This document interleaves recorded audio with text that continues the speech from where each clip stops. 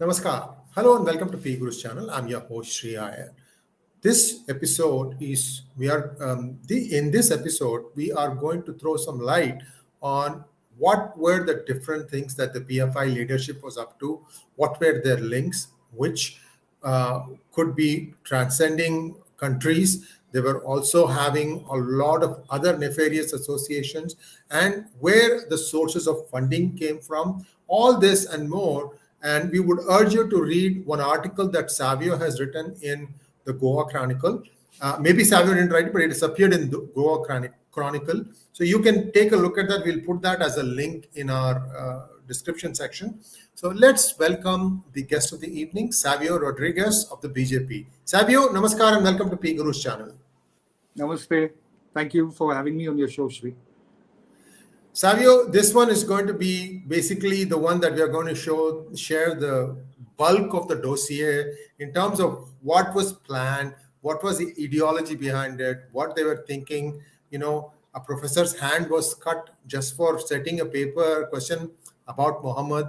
Then somebody else's hand, and he was made to bleed to death just because he refused to put the cap. I think he put the skull cap on, and then he put the vibhuti on the forehead of the guy who put the skull cap on him.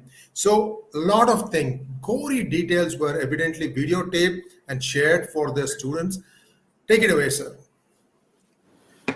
Well, Popular Front of India, which is popularly known as PFI, in simple words, is nothing but a wolf in sheep clothing.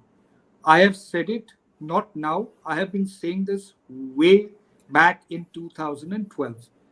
Now, the dossier that the intelligence agencies had prepared, which led to the crackdown against PFI and also led to the subsequent banning for 5 years, it's important to understand what were the core elements that led to this crackdown and the banning. Let me tell you something about how they go about indoctrination. In their oath of allegiance, PFI cadres swear to sacrifice themselves for the creation of Allah's rule, that is the Sharia rule, and for the interest of the organization. The oath is administered only when the cadre was judged suitably radicalized for the outfit. These are from their own documents. PFI recruits were radicalized by display of selective video clippings on emotive issues like the Babri Masjid demolition, the communal riots in Gujarat and other parts of the country, aimed at instilling a sense of Muslim persecution and distrust against the state as well as other communities. Furthermore, adept cadres were selected for advanced modules like, this is very important. There were advanced modules like riot courses, weapon handling, and to form part of hit squads or service teams maintained by the organization. During the interrogation by the ED on December 2020, Rauf Sharif, former General Secretary of CFI, had revealed that PFI runs a secret relief wing, which actually plans and executes revenge attacks on selected RSS leaders. PFI has been running a physical education department to train selected cadres who provide security to its leaders, and some of them also are included in the hit squad. Identified cadres are motivated to undergo further training ranging from defense techniques, counterattacks, use of swords, knives and crude bombs, etc. In the violent history of PFI, Shri, not many people are aware. Over the last 10 years, 1,400 criminal cases have been filed against the cadres of the PFI and its affiliates across the country. Cases which include the UAPA, the Explosive Substance Act, the Arms Act, and other sections of IPC. PFI covertly organizes training exercise, military-like drills, wherein participants are trained to use criminal force and violence against certain religious groups which are perceived as enemy of Islam. Since inception, resistance against Hindu organization and leaders remained the main plank of the agenda of the PFI. The outfit has a secretive hit squad that engaged in targeting, killing Hindu activists and those alleged involved in blasphemy against Islam. This is just, in a nutshell, what they are. They've always claimed to be a social organization, Shri, but beyond the frontal aspect of a social organization, they are absolutely diabolic. Diabolic to the core. PFI is often claimed to be a social organization. On the contrary, the ground actions of PFI tell a different story. On July 6 this year, murder of Praveen Netaru in Bellary town once again exposed the violent character of PFI. Praveen, a member of Bharatiya Janata Yuva Morcha and a local businessman, was hacked to death in typical ISIS style by bike-borne assailants. Most of the accused in the Praveen case were PFI. And there are cases after cases where these hit squads, service teams, work in assassinating. When I mean assassinating, I mean literally murdering leaders linked to Hindu organizations or the BJP.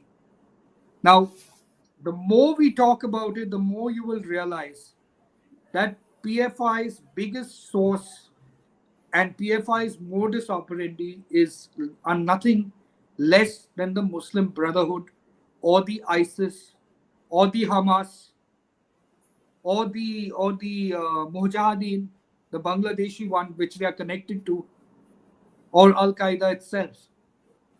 In fact, PFI, if you look at their connections, in 2020, the senior leaders of the PFI met up with an organization called IHH. IHH is a Turkey-based organization. It's a terror sympathizing organization. Terror sympathizing who's raised funds for the Hamas terror outfit in Syria, for the ISIS, for the Al-Qaeda. Those are the kind of people PFI has been connected to. This is not what I am saying.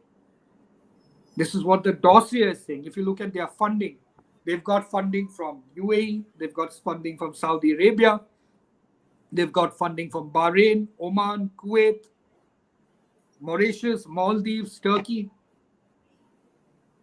And most of the cash which was found during the investigations by the ED was unaccounted for cash. Found where? At their main headquarters in the national capital, Shaheen Bagh. And what was Shaheen Bagh most popular for in the recent times, if not the protest against CAA, where following which you had the Delhi riots, where again the PFI was involved. We had lost an IB officer due to a brutal killing by people connected to the PFI.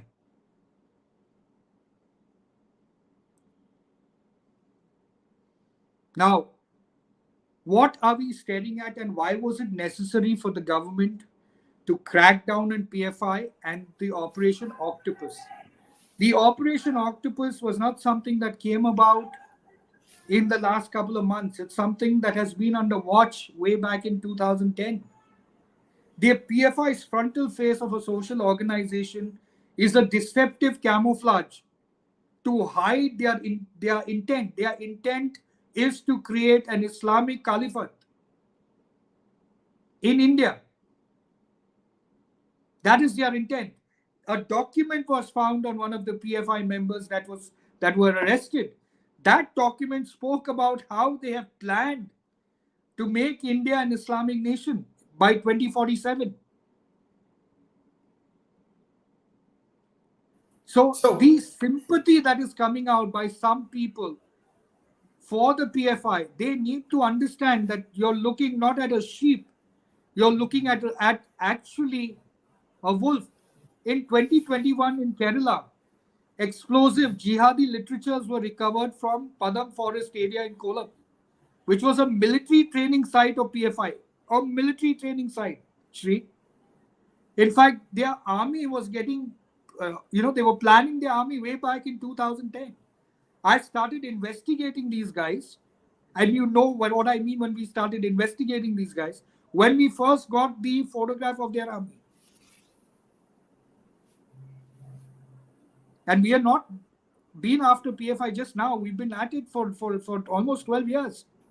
8 years we intensified because their activities started to get more violent. So what did they find? You had a guy called 𝙒𝙖𝙪𝙒𝙬, who was a national coordinator for physical education, who was carrying explosives with detonators. This was in the June 2021. On March 13th this year, you had Rashid Ahmed, the physical education master in Maharashtra, also arrested. Again, when he was caught, you figure out that he's got explosives with him, arms with him, and another training site. They are not training out of India like they used to do before. They are training in India, in certain sites, in a military style of fashion. They were preparing for a war. They were preparing for a jihad. That is where the problem really arises, and people are still saying it's a social organization. It's not. Maybe even some people who have joined the PFI, donated to the PFI, do not know the real intent of the money that they have donated to. Because what you saw was them trying to do activities that were social in nature. But underneath that social camouflage was the real terror intent. Their whole intent is to brainwash, and they would brainwash through madrasas, they would brainwash through their programs, they would brainwash to creating a fear psychosis in the Muslim that they are third-class citizens in India because it's a Hindu majority government. That is PFI, Popular Front of India, is a parasite front of India. Not popular, it's a parasite. It feeds on various different aspects of fear in society. It was aimed at crippling the secular fabric of India. It was aimed at destroying the very people they claim to protect, which is the Muslims. That is why when the government took the decision, most of the Muslims organizations are supporting the government decision. Okay, now let's look at the dossier that says there's been number of instances of international linkages of PFI with global terrorist groups. Some of the activists, particularly from Kerala, joined the ISIS, had participated in terror activities in Syria, Iran, and Afghanistan, which was the outcome of continuous radicalization of its cadres. Further, PFI had linkages with 𝗤𝙗𝙗𝘅 Bangladesh, which is very evident from the recent cases. Some of these PFI elements had been arrested by NIA, state police, and were investigated under UAPA. They actually draw their inspiration from the Muslim Brotherhood. And the Muslim Brotherhood is no saint. They're all connected. They're all connected with one intent, that we have to have Islamic Caliphate all over the world. And that is exactly what PFI's agenda was. Operation Octopus was in dismantling the tentacles of the PFI terror network. That is what, in a nutshell, was Operation Octopus. It had taken time. People were questioning the government. But in order to bring down a network such as this and highly penetrated, heavily funded, it has to be done meticulously. It has to be done clinically. And that's exactly what has happened. And it's not the end. There's a lot more to come. Now you have PFI, like I said, having a connection with Turkey. They visited Turkey. Erdogan, as you know, is the man who wants to be the next caliphate. He wants to be the Islamic Caliph. There have been connections with them in UK. I mean, it just goes on and on. It's not a charitable organization at all. Let me give you some other international funding footprints. While investigating the foreign funding trail of PFI, the ED found that PFI had formed district executive committees. They've actually created committees in the Middle Eastern countries that deal with the money for them. District executive committees in the Middle Eastern countries. United Arab Emirates had one committee, Oman had one, Qatar had one, Kuwait had one, Bahrain had one, Saudi Arabia had one. Turkey, they didn't have a district committee, but there was a lot of funding coming in. Okay? The fundings were generally collected in cash from these guys abroad and were remitted to India through Hawala channels or camouflaged as remittance by sending it to accounts of India-based relatives and friends of PFI members. That is money laundering, bringing money into India for their activities. Go ahead, Sri. Yeah, sorry, Savio, I wanted you to take a break. You've been talking nonstop for 15 minutes. And maybe if you want to take a sip of water while I compose my question for you. This is a very simple question. The simple question is, what is the average percentage of Zakat? I'm hearing different numbers, 2%, 10%. I mean, what is the average Muslim being forced to cough up? Well, I really don't know because it varies. Because if you go by the tight rule, it's 10%. But Zakat also, in some cases, have 2 and 5% as well, depending on how they want to collect the donation money. But the point is, they were getting a lot of this money like any organization, any social organization, and there was a lot of international money coming in. Now, whether they were deliberately sent by these people or not, that is a matter of investigation still going on. But what has certainly happened is that there has been a lot of money coming in through the cash route. So the cash route would come to them in a Middle Eastern country. They would transmit that money to a person in India who's a relative or a sympathizer to a way of remittance, thereby saying that's money from somebody coming abroad. You understand? So small amounts. They would never do large amounts. So that didn't come into the eye of the authorities so quick because the amounts were not large. The amounts were always below a particular radar. Sometimes vaguely they would have gone over the radar that would catch somebody's eyes. Yes, indeed. Now, if you look at two issues, one is the hijab. You look at the CA issue, you look at the hijab issue, all were funded by PFI. So a couple of interesting things there, Savio, to add to what you said. Typically, the investigative unit, I think there's a FICU or something like that, which monitors the transfer amounts between accounts in banks. I think the magic number is 100,000, 1 lakh. So as long as you did, transfers below that, it kind of escaped the radar. So Correct. If somebody wanted to create a funding, say 45 lakhs in Bihar, and the money was sitting in Kerala, right? Few mosques, few of those people will be identified. Everyone will get 90, 90, 90 each. So the layering happens this way. From the Kerala account, bunch of guys will send 90, 95, 98, all sorts of stuff on the other side, and then it gets aggregated back. And I've heard stories that if one guy tried to swallow it, he paid for it with his hand or leg, or sometimes even with his life. So that's the kind of fear. Yeah. So I just wanted to give people, many are doing it out of fear more than anything else. So please go ahead. So what happened in Bihar in July 11th in a house in Patna? There was a raid that took place, and during the raids, the police, there were 26 accused that were arrested and 2 top-level national leaders of the PFI. Okay? In that raid, they found this booklet, which is distributed to everybody of a particular rank. India 2047, Towards a Rule of Islam in India. That was a booklet that was distributed. That is the intent. That was the intent. I believe that we have to still be careful because the Islamic radicals always take a different form. We have crippled a larger section of the PFI. In 2000, you had a similar thing that happened with SEMI. but they regrew again into PFI, which is why in 2006 they slowly came about again.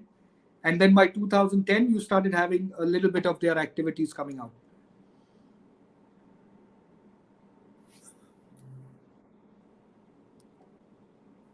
Funny you should mention 𝙤𝙗. One of the founders of 𝙤𝙗 right now has taken up residence in the United States. And guess one of the Alphabet Soup organization's director, who he is? This fellow is that. And I've done a separate hangout on showing these kind of links. Viewers, do follow PGurus. We have really honed in on this one, and we are telling you all the facts. So if you see a lot of the organizations in the United States, they are alphabet soups. They'll all be 4 words or something around that. They'll have 2 words guaranteed: American and Muslim. And it'll be council, association, this, that. And the thing is, all these things, the Gangotri of all this will always start from Muslim Brotherhood or the same group of donors who are sitting in Qatar. Mostly, the Middle Eastern countries is where the fount of this funding is. And amazing that even the United States, which believe to run the Qatari police system, looks the other way. I can't really understand this part, Savio, that America knows every policeman in Qatar, and yet they allow this sort of thing to happen. You see, there are 2 ways to look at it, Sri, and I'm telling you because I've spent so many years investigating and researching on the terror networks around the world, and in particular with interest towards India and the Indian subcontinent. Nations allow for activities as long as it does not impact on their own nation, right? So I wouldn't say that the government, in this case, let's say Saudi Arabia, for example, that has been one of the largest donors to PFI activities over a period of time. When an Indian or a person from outside their country goes to them for donation in the name of any religion, for that matter, in this case, in the name of the Islam thinking, because they have loads of that money, right? Can you repeat the last line, please? Can you repeat the last line, please? We lost you momentarily. So what I was saying is that when you go to an Islamic country, let's say you go to the UAE, and you go there as a Muslim brother saying that you're running a charitable activity and your intent is to spread the good news of Islam, they tend to give it, whether it's 100,000 dirhams or 200,000 dirhams or 50,000 dirhams, because it really doesn't make much of a difference to the affluent Arab in most of the Middle Eastern countries, right? But in certain areas, like say Turkey, for example, there is a definite intent when you know IHH and PFI meet. Then you know that there is a connect, because IHH is known to be a terror sympathizing organization. It is something that is also on the US radar, right? So when you work with Hamas, when you work with ISIS, when you work with Al-Qaeda, it is, but naturally when they're working with PFI, there are similar links, similar patterns. PFI was the Al-Qaeda of India in its operation on the camouflage side. On the external side, it was more like, I don't know if you remember, there used to be something known as a Khidmat Foundation. Yes. Right? So how Khidmat Foundation went around the world getting money to do its activities, and then very gradually they started funding terror sympathizing units. So PFI portrayed that front end as a Khidmat Foundation, but below it, they were actually working on a military kind of training or military kind of mindset. Too much of fear propagating into the people. I remember way back in 2014 when I started investigating them in Goa, and I attended a few of the meetings and I penetrated some of the bit. They had come to me and said, I made a statement. They had come to me and said that, we will file a defamation suit against you. So I laughed, because filing a defamation suit against me means asking for trouble, because then I will open your can of worms. As long as I'm quiet, I'm okay. When you come to mess, then I will mess you up in the worst possible manner. So after that, they remained very quiet, but we continue to investigate them. You see, a lot of them in Goa also were detained. Considerable amount of them. They blend into the political segments. In Goa, some political parties, didn't give too much paid heed to the terror aspect of it. Okay, it's PFI, it's a Muslim organization. They have so many voters, they have so many vote banks. Let's support them. That's the mistake many of them are doing in other states as well, like in Kerala, Karnataka, and some parts of Delhi. There is a difference between somebody who has a hate towards a political party, Shri. But there is something drastically wrong if you're supporting somebody who hates the country. And PFI does not love India. PFI hates the idea of a Hindu majority India. That is why they had a booklet which is primarily Islamic India by 2047. This is just a start to the crackdown on PFI. There's a lot more that will happen in the days to come. The next target will be the SDPI, which is the political wing of PFI. Yes, and you hit the nail on the head. There are some unconfirmed reports that in the Kerala cabinet, some erstwhile PFI members have now become ministers. I'm still gathering Yes, they are. information, and once I have some definitive data, I'll be happy to share it with you guys. And this is something like a mind-blowing thing. The penetration is deep penetration. In fact, if you follow the statements made by some of the PFI members before the first raid of Operation Octopus occurred, some knew what was going to happen. Some knew what was going to happen, which means even the NIA and the other groups that they put together for this raid, by and large, it was good. But I just want to say that India needs to be cautious, watchful, and make sure that the next rung of leadership doesn't become and just step up and replace the top rung. What are your thoughts on that, Savio? Islamic radicalization is a reality in India. Okay. One of the ways to curb it was a crackdown on PFI radicalism that is happening. In no way does it mean any negativity towards the Indian Muslim, because an Indian Muslim is completely different from a radicalized Muslim in India. That's the main difference, right? PFI was using the Indian Muslims to create a cover for its ulterior intent, which was the radicalization, the Islamization of India, the conversion of India into an Islamic caliphate. Therefore, the Indian Muslims themselves need to open their eyes to realize that an organization like PFI or any of its organization is not working in the interest of the Muslim community itself. Will they be radicalized? The only way you can stop radicalization in a particular community, irrespective of religion, is when people in that own community stand up against the evils in that community, the radicalization in that community that are detrimental to the future of their very children. Please look at countries like Iraq, Syria, Lebanon. It is the same Muslim Brotherhood. Egypt, Iran, which is why the women are fighting over there right now. It is the same Islamic radicalized mindset that has destroyed prosperous countries. These were not countries in the doldrums. There were times that these Islamic nations that were not predominantly Islamic, but turned Islamic and were completely destroyed. Whereas the Islamic nations that controlled the wealth, controlled the oil, and controlled the aspect of the Wahhabism survived. They were not destroyed. A classic case is Lebanon. Lebanon was the Paris of the Middle Eastern world. What did Islamic radicalization do to Lebanon? It destroyed it.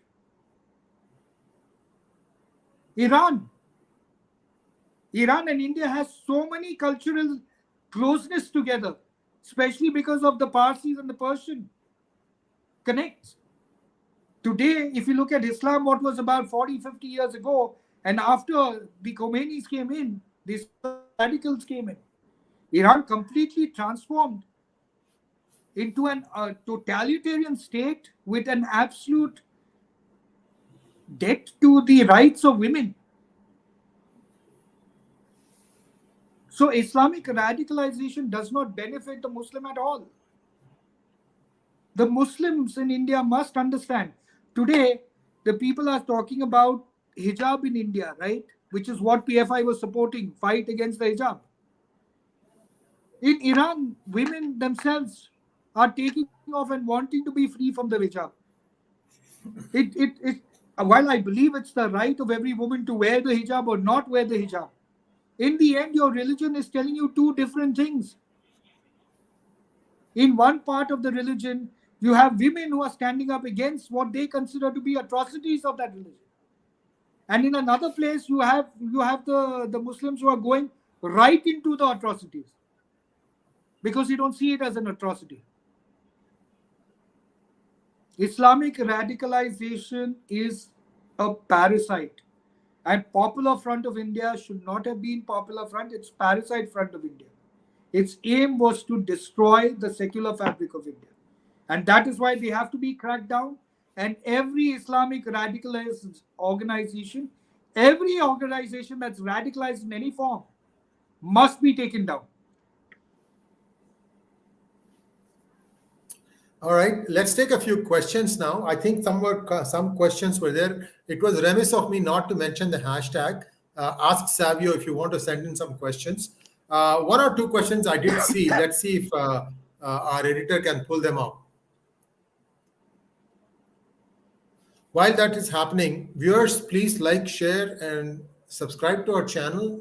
About 1 in 2 of you are still not subscribing. It will help our cause greatly, because when you start watching any video on PGurus, especially when it is live, please go ahead and like that video. That will help us greatly, because the YouTube algorithm engine, I'm told, then starts taking it to the next higher orbit. And as more likes come in, even higher and higher and higher and so on.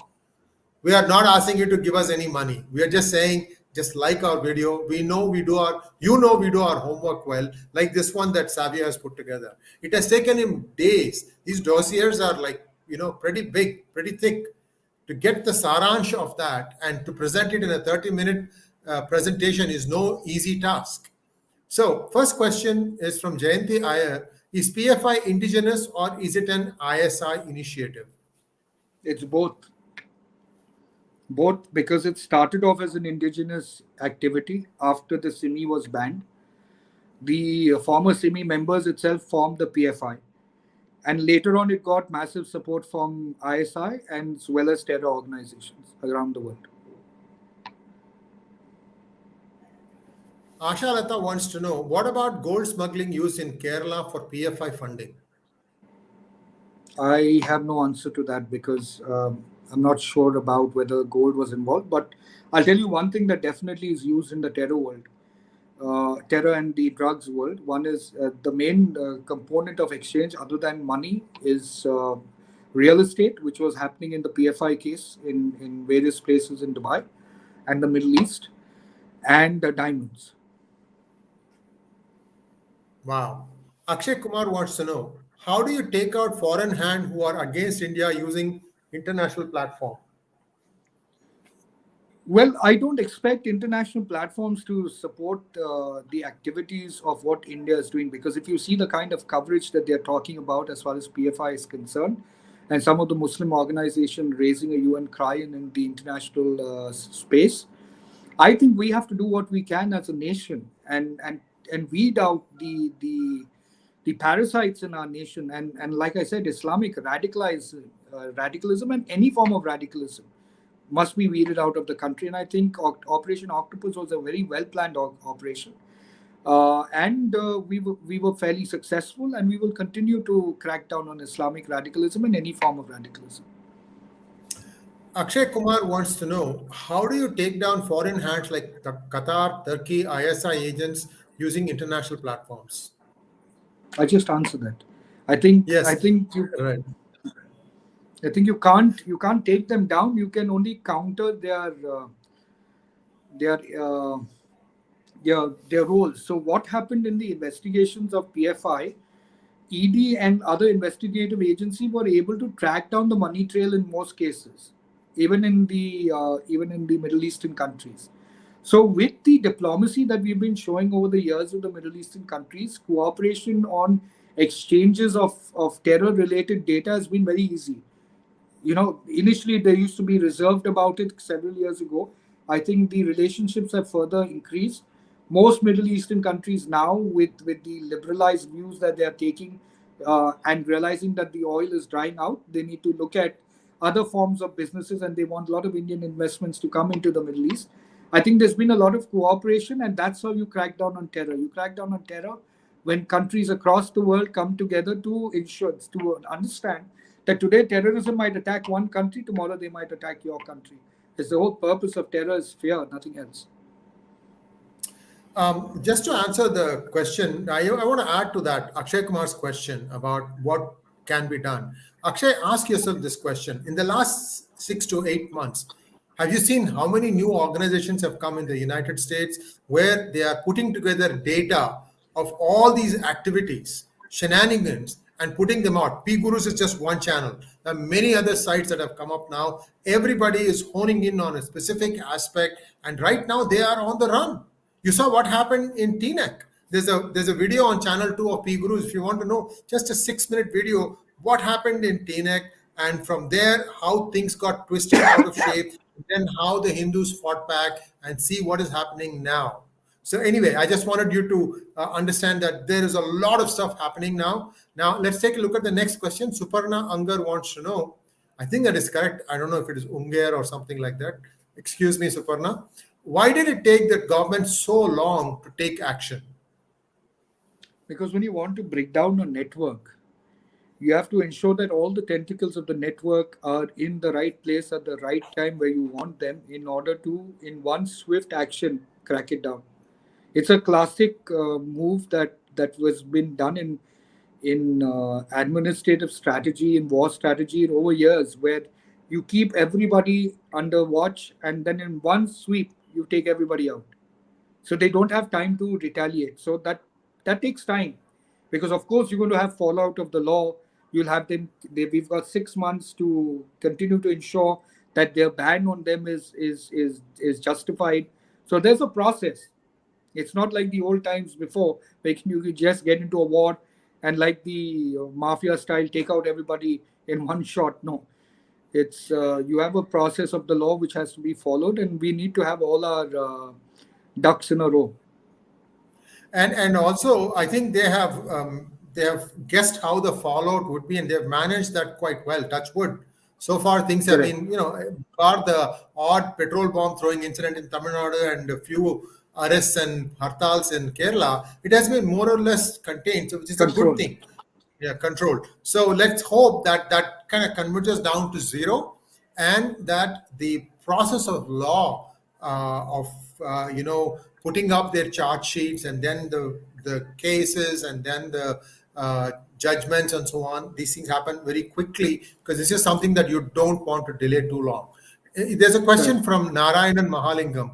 Will the PFI ban stand in the courts? The PFI network is spread all over India. How can this network be destroyed? Well, I believe it should stand in the court of law, which is why we took the time that was necessary to build the case and to collect the kind of evidence. I don't think the government would have acted otherwise if they were not sure of it. But then these are questions that can be answered only when you get closer to the court cases and the hearings. But I believe that we, as the government, we have done a fantastic job, and all kudos to the intelligence unit and the Ministry of Home Affairs that orchestrated the Operation Octopus flawlessly. We just have to ensure that we don't get swayed by the operation, and continue to crack down on Islamic radicalization in the country. And I think we'll do that. And Savio, I have been told by legal luminaries that in-camera proceedings are allowed in India, which means some of these people, They may not have any journalists or anything. It will be just their lawyer and the prosecution's lawyer and the judge, and the sentences and everything will happen in camera. No Yes, outside influence. In fact, you might not even know what is happening until the verdicts are that is in. happening. So I'm Yes, hoping that's what's going to happen, because this is too sensitive an issue to put it out all there and let it all play out. People have correct. emotionally charged. I hope that happens. Let's wait and see. Next question from Narayanan Mahalingam. What are the next steps the intelligence group agencies are doing on this issue? Why has the SDPI not been banned by the government? Well, the SDPI is a political party. So the political party's aspect, while coming out in the intelligence dossier, is now a process of the election commission to work with. So I think the next step of the government, while they're dealing with the organization and the whether other affiliates that have been banned, the SDPI will be something that will be dealt with as well in accordance to the law of the country, and in this case, the electoral processes. Last five questions. That's all, because I want to keep this thing. Savio needs to go someplace, and he did us a huge favor by coming in at 8 o'clock. So thank you, No Savio. worries. And let last five questions. Nagarajan Srinivasan wants to know: does the hidden Indian hand in 2611 have links with the PFI? The hidden Indian hand in 2611 still remains elusive.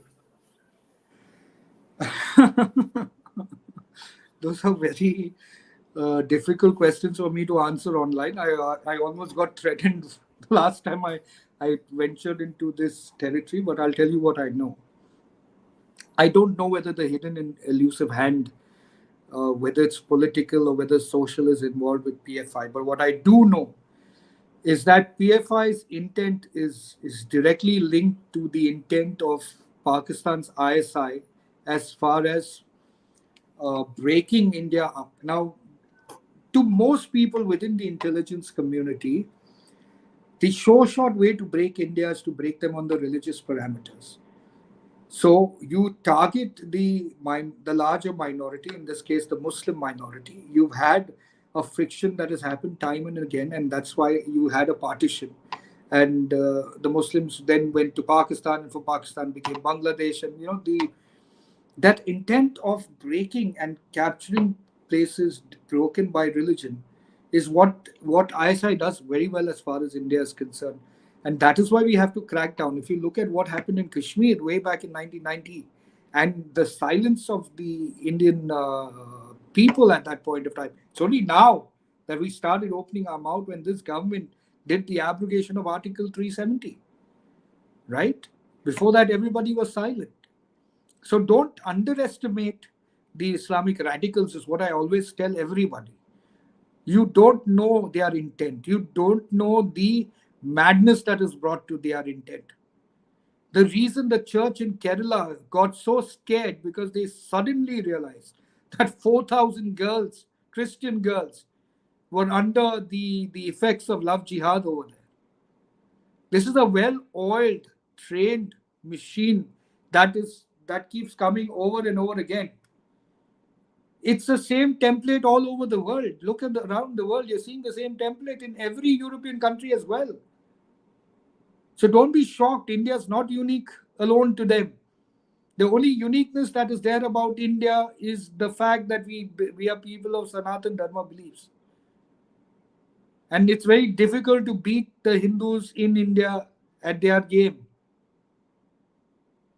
especially with a government that is a resurgent government that everybody thinks is a Hindu majority government. Therefore, they play the wolf in sheep clothing in India. They're always crying wolf, no? Anyway, Shri, I have to leave. That's fine. Thank you so much, sir. Yeah. No, We'll wind that's up okay. right. You don't. Yeah. It's the Okay. Home Minister calling.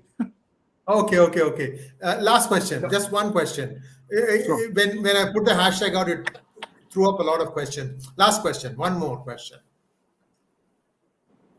Rajesh Dugal wants to know, when will the case history of Turkey be shared with the comparison of pre-2014 secular Turkey and the turn of events after Islamic takeover? maybe we should talk about this the next time, because I've Yes, done some interesting investigations into Turkey.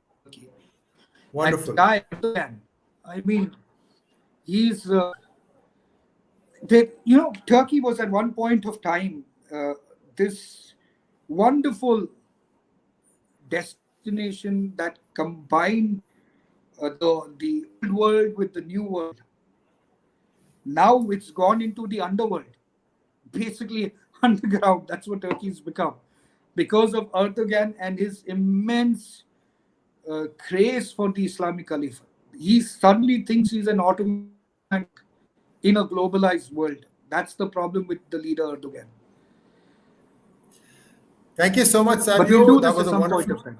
My Yes, pleasure. yes. Let's. God bless. Yeah. Whenever you're ready, let's do that one. Thank you so much, Savio. As always, Sure. viewers, we are completely based on data. Every one of the things that we talk about in our shows has data backed up to it, and we don't have any hatred towards anyone, no malice, no misintent, nothing. And we've always been very upfront about this. So please consider sharing our links with your friends and family, especially those who would be putting up some passionate arguments. Say, this is the data. This is what the data is telling us. You decide what you want to do. Thank you so much, Savio, once again, and have a Pleasure. great God weekend. bless. What's Bye left bye. of it. Namaskar.